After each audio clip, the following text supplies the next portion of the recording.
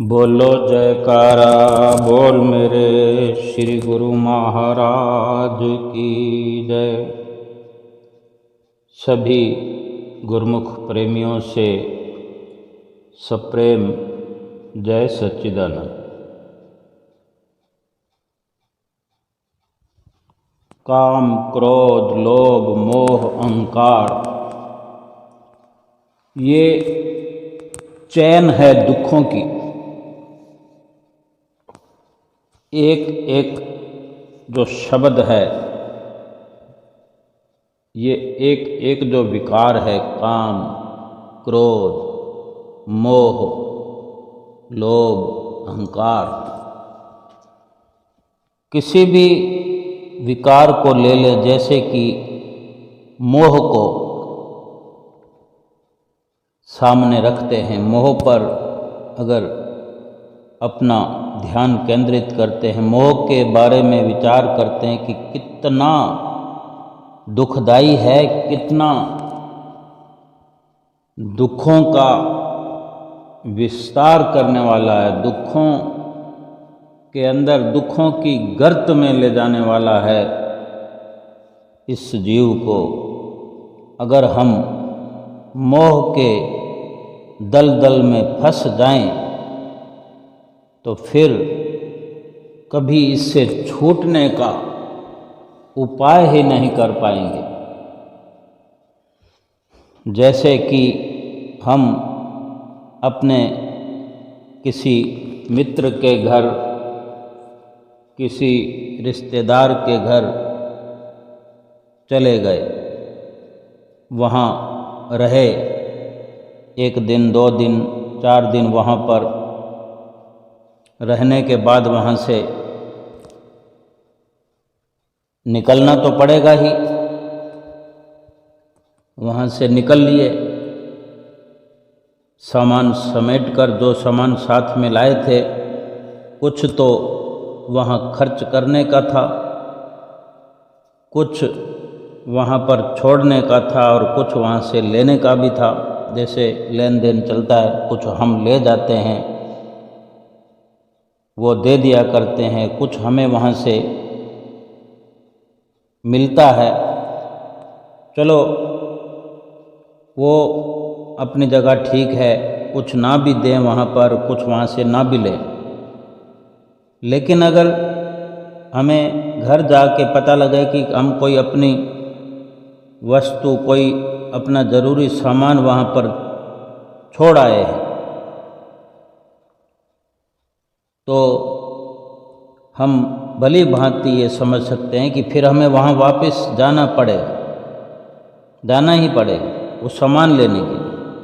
उनसे फिर दोबारा मिलना पड़ेगा, फिर वहाँ पर समय खर्च करना पड़ेगा, समय नष्ट करना पड़ेगा कि बेकार में अगर वो सामान वहाँ पर ना छोड़ा होता तो फिर जाना नहीं पड़ता, फिर परेशान ना होना पड़ता, और फिर वहाँ आने जाने में जो भी परेशानी होती, उसका जो परेशानी हुई, उस परेशानी का सामना न करना पड़ता।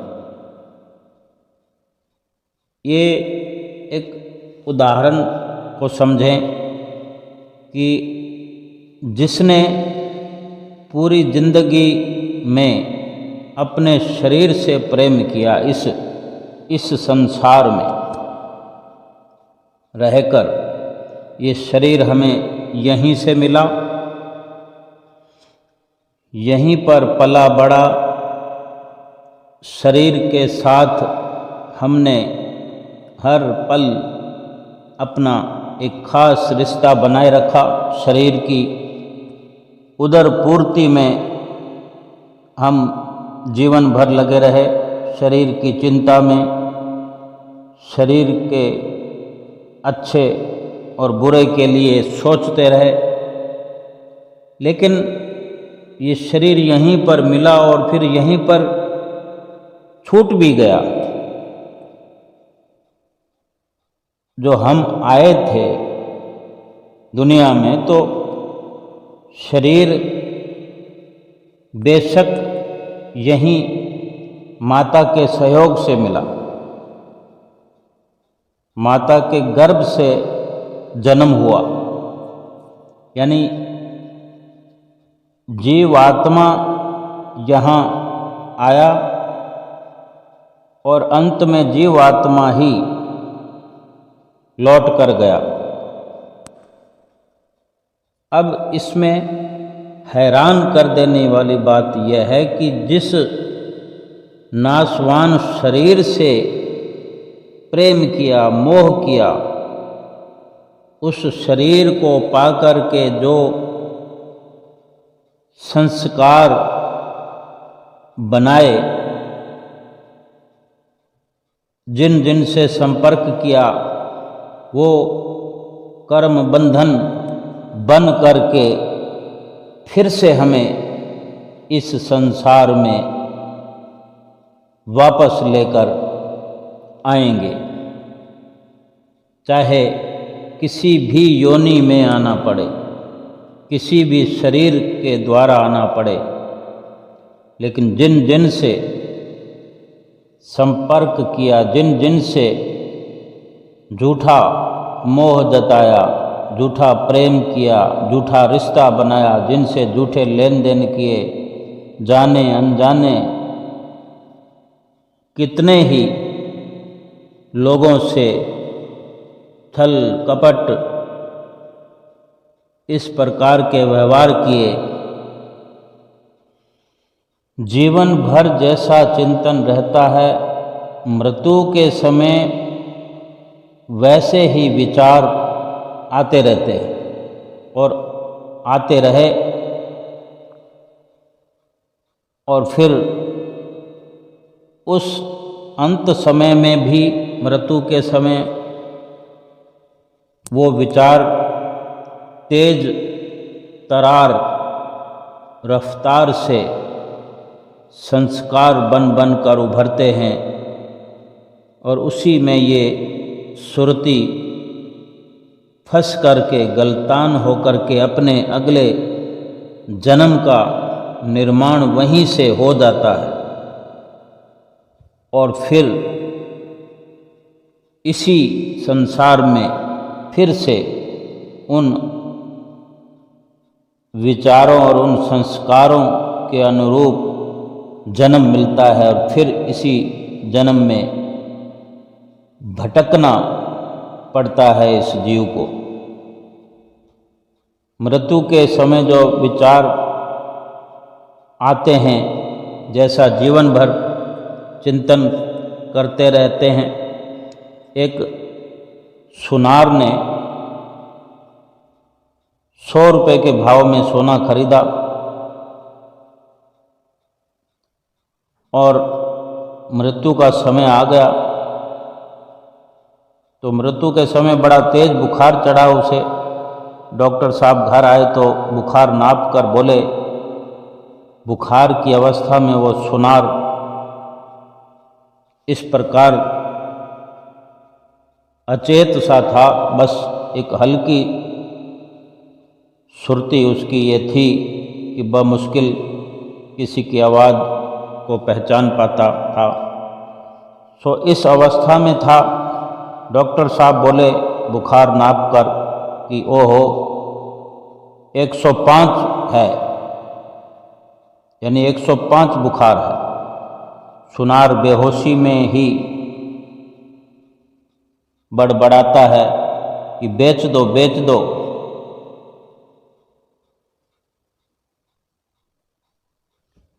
यानी वो अपनी सुरती को उसी सोने में और उसके भाव में लगाए हुए है। उसको ये ध्यान है कि मैंने 100 में खरीदा है, न जाने वो कितना चिंतन करता रहा कि कब भाव बढ़ेगा। तो अब वो बुखार की नपती को, बुखार के लेवल को जो कि 105 है, वो अपने सोने के 100 रुपये के भाव से जोड़ रहा है। उसे लग रहा है कि अब सोने का भाव बढ़ गया है, 105 हो गया, और वो बड़बड़ाने लगता है कि बेच दो बेच दो। इस शरीर रूपी बादल की छाया में ही हमने अपने आत्मा रूपी सूर्य को छिपा रखा है। इस शरीर से हम चाहते तो इसके उलट मालिक की भजन बंदगी करके भी जीव आत्मा के बारे में हर वक्त सोच सकते थे। जीवात्मा की रिहाई के लिए, जो कि चिरकाल से बंधन में है, कैद में है, गुलामी में है, उसके बारे में भगवान का चिंतन करके इस जीवात्मा को बंधन से बंधन मुक्त कर सकते थे, आज़ादी दिला सकते थे और अंत समय भी कुछ स्वरूप और होता। लेकिन ऐसा हुआ नहीं। इस शरीर के रहते हुए हमने जो हमारी जीवात्मा रूपी प्रकाश है, इस शरीर के अंदर उसे ढके रखा। जीवात्मा के उजाले को उजागर नहीं होने दिया, कोई जतन नहीं किया। ये शरीर तो सुख रहित है, कहीं से किसी प्रकार से भी शरीर सुख देने वाला नहीं है। इसमें सुख खोजना हमारी बहुत बड़ी गलती है, बहुत बड़ी मूर्खता है। इस क्षण भर में नष्ट होने वाले शरीर पर हमने अपनी श्रद्धा कायम कर दी, इसी में सुख मान करके रात और दिन इस शरीर के बारे में सोचते रहे, शरीर को उजला बनाते रहे, शरीर को पालने पोसने में लगे, शरीर के लिए जतन करते रहे, शरीर को सुंदर बनाने में लगे रहे, जबकि ये शरीर मिट्टी था और मिट्टी की ओर ही मिलने के लिए हर पल ये जाता रहा और मिट्टी में मिल गया। लेकिन इस शरीर के अंदर सुख ढूंढने के कारण, सुख खोजने के कारण इस शरीर को सुख स्वरूप समझकर विषयों में फंसे रहे। इस कारण से इस शरीर में, शरीर के रहते जो मायावी कर्म किए, सकामता वाले कर्म किए, छल कपट किए, झूठे संसार से मोह किया, वो किए हुए कर्म फिर से बंधन में बांधकर इस जीवात्मा को जन्म दर जन्म भटकने के लिए रास्ता बना दिया। अगर हमें श्रद्धा करनी है, विश्वास करना है, इस शरीर पर नहीं, अपनी श्रद्धा जीवात्मा पर, और इसको जिस परमात्मा से जोड़ने के लिए, एकाकार करने के लिए मनुष्य जन्म मिला है, उस परमात्मा में, उस परमात्मा के नाम में अपनी श्रद्धा को जोड़ना है, अपनी श्रद्धा को बढ़ाना है। इस शरीर से जीवात्मा का ये कार्य करना है। इस शरीर को पाकर मनुष्य, शरीर को पाकर मनुष्य देही को पाकर इस जीवात्मा का ये काम करना है। यही असल मकसद इस जीवन में, इस जीव का है।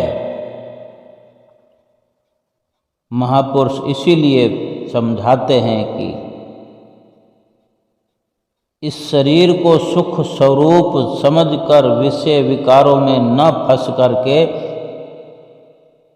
और इसे झूठा समझकर जीवात्मा को सुखी करने में देरी मत करो।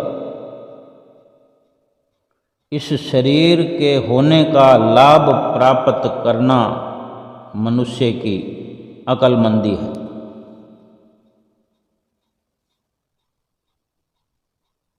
जितना इंसान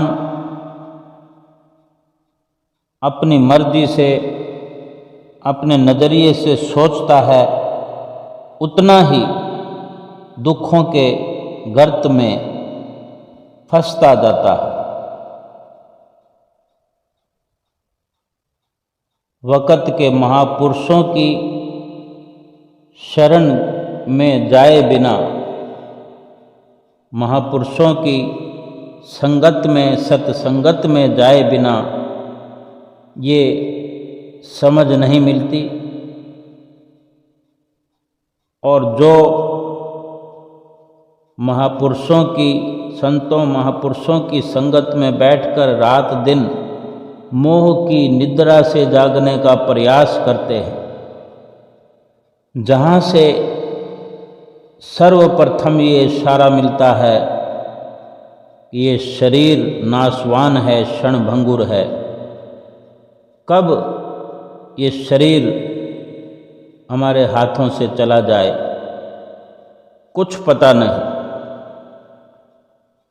और जिस वस्तु का कुछ पता नहीं है उसका भरोसा करना, उस पर विश्वास करना और उसी के लिए यत्न करना, उसी के भरोसे इस दुनिया में रहना कितनी मूर्खता है। और इसके उलट ये जीवात्मा अजर अमर अविनाशी है और ये झूठे क्षणभंगुर शरीरों में एक नहीं कितने ही 84 लाख योनियों में ये जीवात्मा भटक भटक कर दुखों को प्राप्त हुआ इस मनुष्य जीवन में आया है कि मनुष्य जीवन में वो कार्य किया जा सकता है कि फिर ये जीवात्मा किसी भी शरीर को पाकर दुखों को नहीं उठाएगा, दुखों को प्राप्त नहीं करेगा। और अगर ये मनुष्य जीवन भी यूं ही बेकार में गवा दिया, जिसका भरोसा नहीं है कि ये कितने समय तक रहने वाला है। महापुरुष फरमाते हैं, लाल दास उठ भजन कर, आलस ऊंग निवार, रक्ष बेगाना कारज अपना, दिन सु लेत संवार। संत लालदास जी अपनी मधुर वाणी में आगाह करते हैं कि लालदास उठ भजन कर। क्या कर? भजन कर। उठ भजन कर यानी क्या इंसान सो रहा है? उनके इस प्रकार के संदेश के मायने हैं कि हम खुली आँखों से उठे हुए तो हैं, शरीर के नज़रिए से चल फिर भी रहे हैं, काम भी कर रहे हैं, हमारी आँखें खुली हुई हैं, हाथ पांव से हम काम कर रहे हैं, लेकिन वो जो इशारा है उनका वो यही है कि हम मोह की निद्रा में सोए हुए हैं। खुली आँखें होने पर भी मोह की नींद में हम सोए हुए हैं। उस नींद से जगाने का प्रयास करते हैं और कहते हैं कि उठ भजन कर। जो कार्य कर रहे हैं वो केवल शरीर के निमित्त है, संसार के निमित्त है। जीवात्मा का जो कार्य है वो करने के लिए आगाह करते हैं कि उठ भजन कर। जीवात्मा को 84 लाख योनियों की कैद से अगर छुड़वाना है तो भजन करना पड़ेगा, संतों महापुरुषों की संगत सोहबत में जाना पड़ेगा, रहना पड़ेगा। उठ भजन कर, आलस ऊंघ निवार। कि सारा दिन 24 घंटे हम लगे रहते हैं, वो केवल शरीर के निमित्त लगे रहते हैं। अगर भगवान का भजन करना पड़े तो आलस हो जाता है, ऊँघने लगते हैं, नींद आने लगती है, नींद सताने लगती है, थकावट हो जाती है, ऊब जाते हैं, ऊब आने लगती है।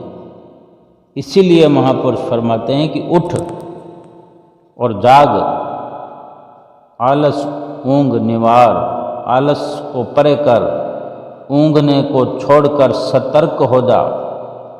रछ बेगाना कारज अपना जिनसू लेत समार।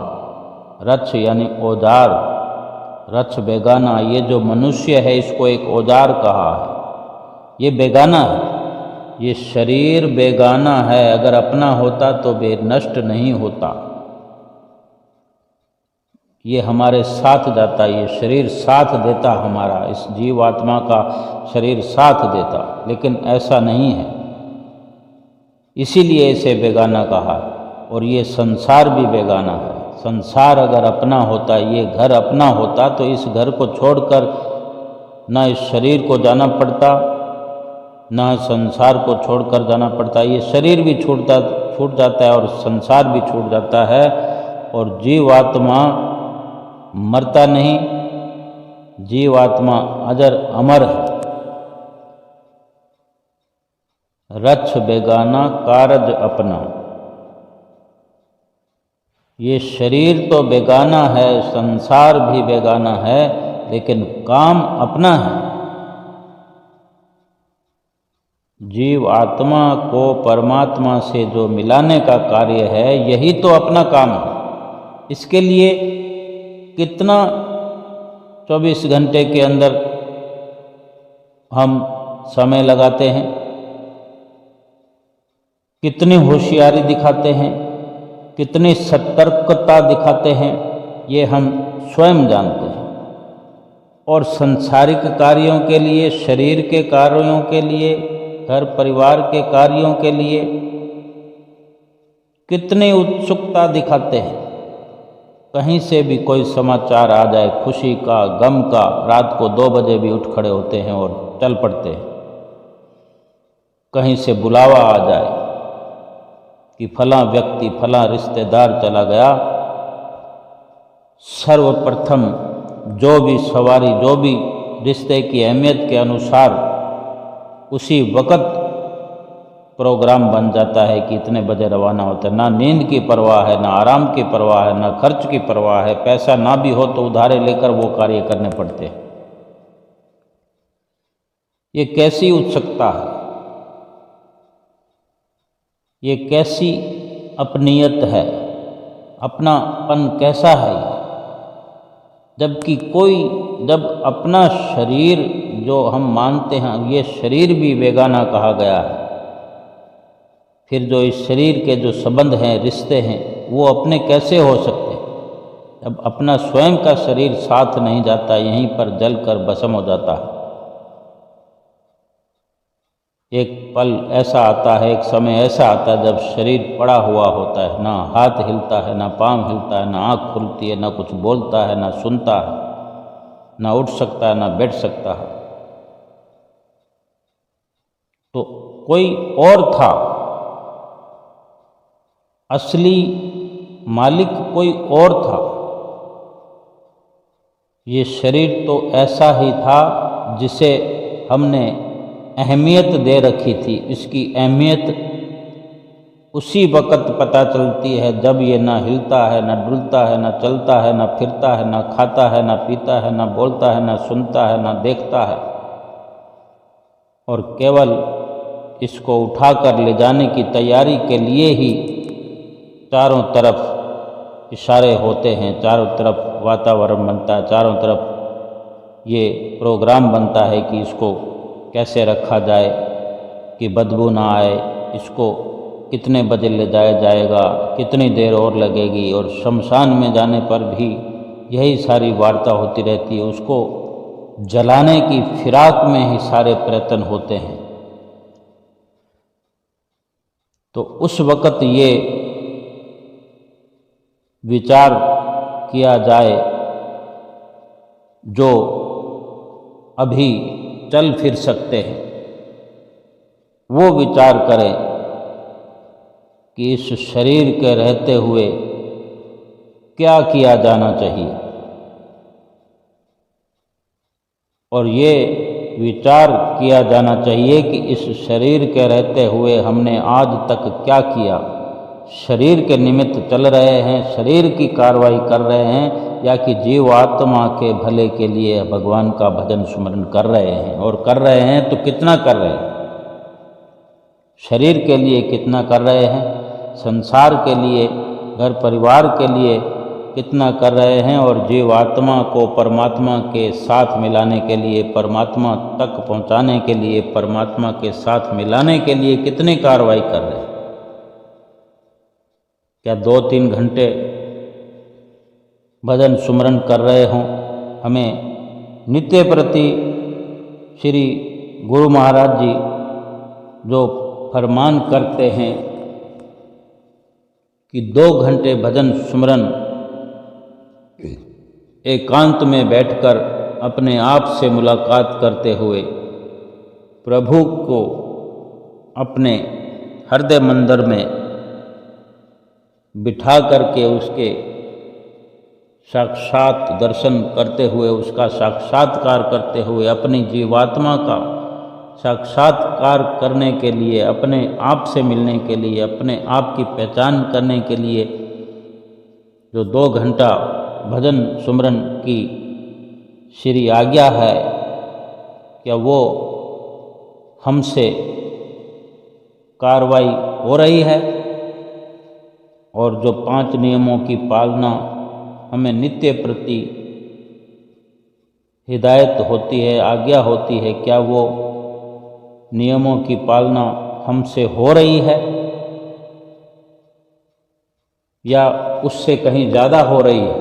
अगर हमें 2 घंटे भजन सुमरन के लिए आज्ञा हो तो क्या हम 2.5-3 घंटे कर पा रहे हैं।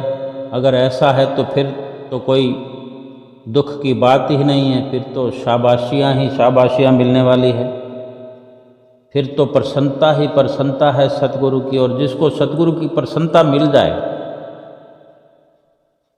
फिर और क्या चाहिए।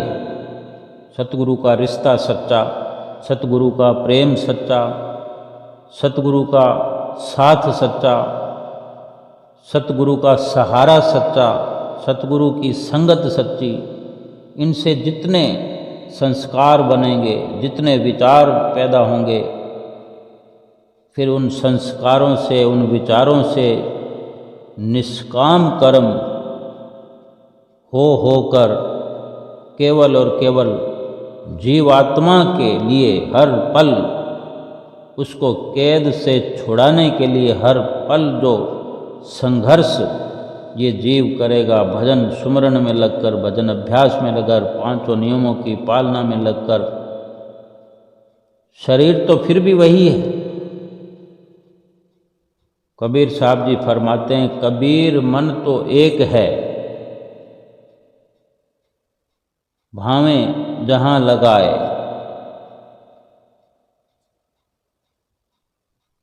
कबीर मन तो एक ही है,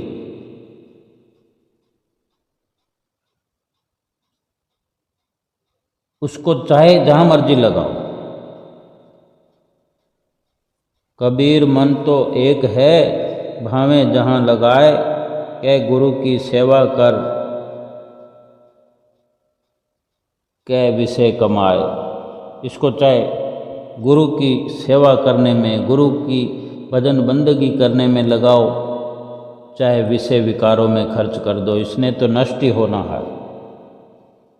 जब इसको औजार कह दिया है, हथियार कह दिया है, औजार से तो काम लेना होता है।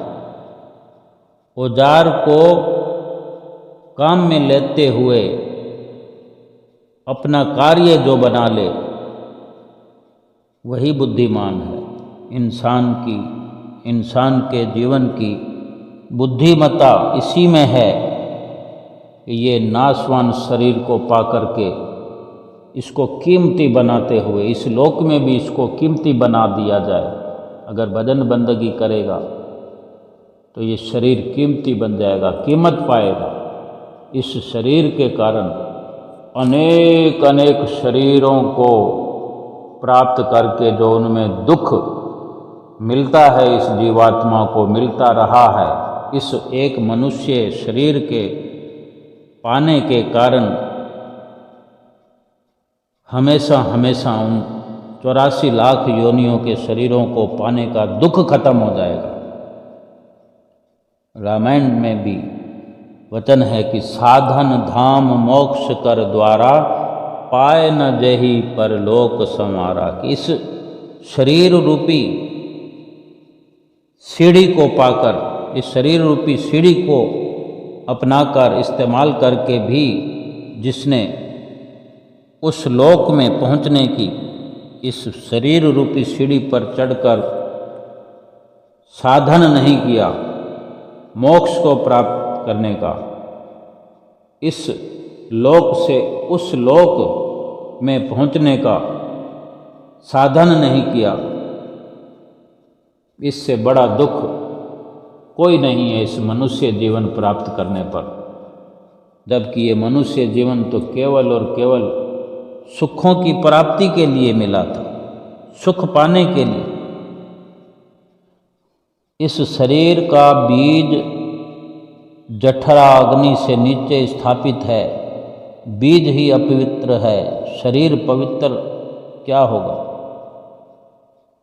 जब बीज ही अपवित्र है तो शरीर पवित्र कैसे हो सकता है? पसीना हो या पीक हो, ठोस हो या तरल हो या गैस, शरीर के रोम रोम से, हर छिद्र से जो निकलता है वो दुर्गंध युक्त ही होता है। सुबह हम कितने ही साफ सुथरे कपड़े पहनते हैं, साफ सुथरे कपड़े पहनकर सज धज कर इधर जाएं उधर जाएं, किसी को दिखाएं, शाम तक वो कपड़े मैले ही हो जाते हैं। पहनने के बाद तुरंत मैला होना शुरू कर देते हैं। कोई जल्दी मैले कर लेता है, कोई देर से मैले करता है। शरीर ऐसा है कि सोना चांदी तक को भी काला कर देता है। शरीर का ऐसा पसीना होता है कि सोने को काला कर देता है, चांदी को काला कर देता है। हम समझते हैं कि सोना चांदी बहुत बड़ी चीज़ है, बहुत कीमती चीज़ है, उसको भी काला कर देता है। ये जीवन भर शरीर जो है, जीवन भर तो जलता रहता है, विकारों में जलता है, विचारों में जलता है, एक दूर से जलता है और अंत में भी शमशान में जाकर जलते हुए दुर्गंध फैलाता है। ऐसे शरीर से प्रेम नहीं करना, इस शरीर में रहकर जीवात्मा को प्रभु के प्रेम में लगा करके जीवात्मा की तरक्की करनी है। और इस मनुष्य जीवन, ये शरीर जो कि इतना दुर्गंध युक्त है, इससे इतना बड़ा कार्य करना है कि ये शरीर सफल हो जाए, इसका रोम रोम सफल हो जाए। इसे काम में लेना, इस शरीर को काम में लेना, इस शरीर से साधन करना, इस शरीर से तरक्की करनी जीवात्मा के लिए। इसका एक ही लाभ है कि ये शरीर विनाशकारी होते हुए भी अविनाशी की प्राप्ति करा सकता है। ये नाशवान होकर भी प्रभु से मिला सकता है। प्रभु प्राप्ति के लिए यत्न इस शरीर में हो सकता है। इसको खिलाना है, शरीर को पिलाना है, हष्ट पुष्ट रखना है, स्वस्थ रखना है, संभाल करनी है, केवल इसलिए कि इस शरीर से वो साधन करना है जो दूसरे 84 लाख योनियों में इसके बराबर कोई ऐसा शरीर नहीं है जिसके अंदर प्रभु प्राप्ति का यत्न हो सके।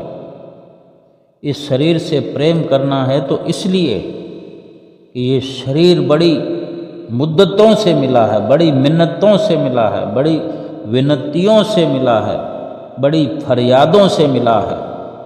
ये शरीर वास्तव में विशेष है। इसे और भी विशेष बनाते हुए विशेष कार्य जो प्रभु प्राप्ति का है वो करके इस शरीर को विशेष बनाना है।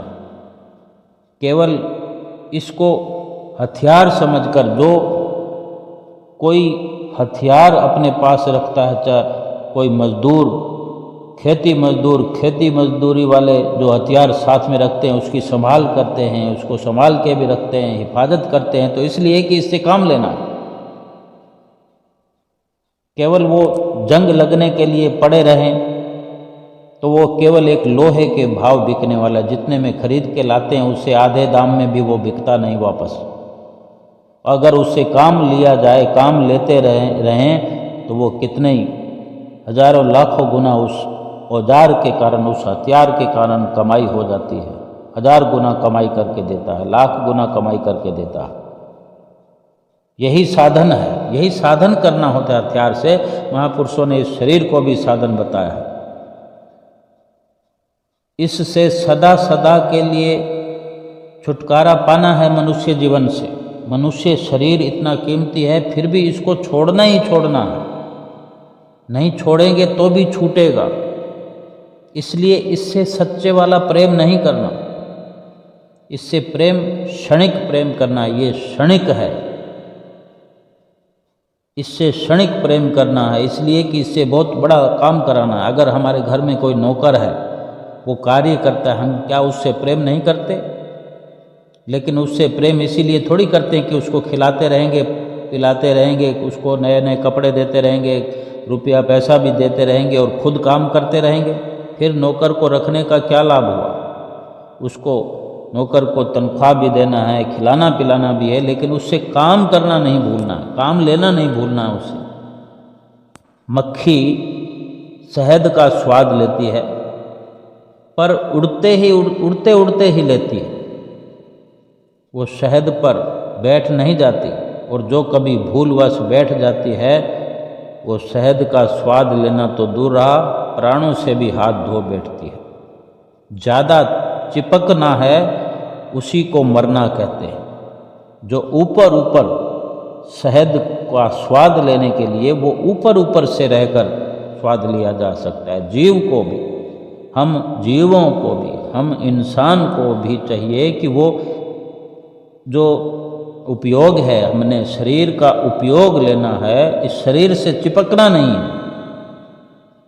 एक काम यही करना है कि अपनी जो इंद्रियां हैं, इंद्रियों के सुख हैं, वो भगवान को हम अर्पण कर दें कि भगवान इन्हें पाले, गोपाल हो जाएं। मालूम है कि नहीं कि गो माने इंद्रियां, भगवान आपके बनाने से गोपाल बनते हैं। और इंद्रियां भगवान की ओर ना जाती हों तो पहले अपना मन भगवान में लगा दो। मन जाएगा तो सारी इंद्रियां पीछे पीछे जाएंगी। मन है बछड़ा, इंद्रियां हैं गायें। जहाँ बछड़ा जाएगा, गायें वहाँ स्वयं चली जाएगी। भगवान ने भी पहले बछड़े चराए, फिर गायें चराने लगे। मन सहित इंद्रियां जब भगवान में लग जाएंगी, तब हमारा प्रेम भी भगवान से लग जाएगा। फिर शरीर से प्रेम समाप्त हो जाएगा। ज्ञान जो है पानी की तरह है, हर किसी में नहीं टिकता। कहाँ टिकता है? जैसे पानी ऐसे बर्तन में टिकता है जो नीचा हो, जो डूंगा हो, खाली हो और सीधा हो। ऐसे भी संतों महापुरुषों के उपदेश भी ऐसे पात्र में टिकता है जो नीचा हो, यानी निरअभिमानी हो, अभिमान से खाली हो, उसके अंदर कुछ भरा हुआ ना हो, खाली हो, साफ सुथरा हो, निर्मल हो और सीधा हो, यानी श्रद्धावान हो। नहीं तो पन घट पर जाकर भी गागर खाली लौट आती है। श्री गुरु महाराज जी के चरणों में हम जाते हैं, वहाँ थोड़ा थोड़ा प्रेम करते हैं, कभी हम भोग लगाते हैं, श्री गुरु महाराज जी के सामने श्री आरती का गायन करते हैं, कभी दीदार करते हैं। आँख भी इंद्रिय है, हमारे हाथ भी जो हैं करने वाले, हाथों से जो कर्म करते हैं, आँखों से भी कर्म होते हैं, मुँह से गायन करते हैं, महिमा का गायन करते हैं। और इसी प्रकार सारी इंद्रियों से कुछ न कुछ कार्रवाई हम श्री गुरु महाराज जी के श्री चरणों में सारी इंद्रियों को सौंप दें, और वही सब पालन पोषण करेंगे, छोड़ दें उनके हवाले। हमको सिर्फ एक ही कि श्री गुरु महाराज जी ने जो भजन अभ्यास बतलाया, जो 5 नियमों की पालना बताई, जिस दिन उससे ऊपर उससे अधिक करने लगे, कम से कम उतना तो करना ही है, और जब मन में ख्याल आए कि उससे अधिक करना है और जब हो पाए तो फिर हमें समझना है कि हमारे श्री गुरु महाराज जी की प्रसन्नता भरपूर हम पर उतरने लगी है। उतरते उतरते हमें अपने चरणों के संग श्री गुरु महाराज जी मिला करके हमारे जीव आत्मा को अपने साथ मिलाते हुए इस परलोक से ले जाकर अपने निज घर में वास दिलाएंगे और 84 लाख योनियों से हमारे सब प्रकार से दुख दर्द हमेशा के लिए मिटा देंगे। बोलो जयकारा बोल मेरे श्री गुरु महाराज की जय।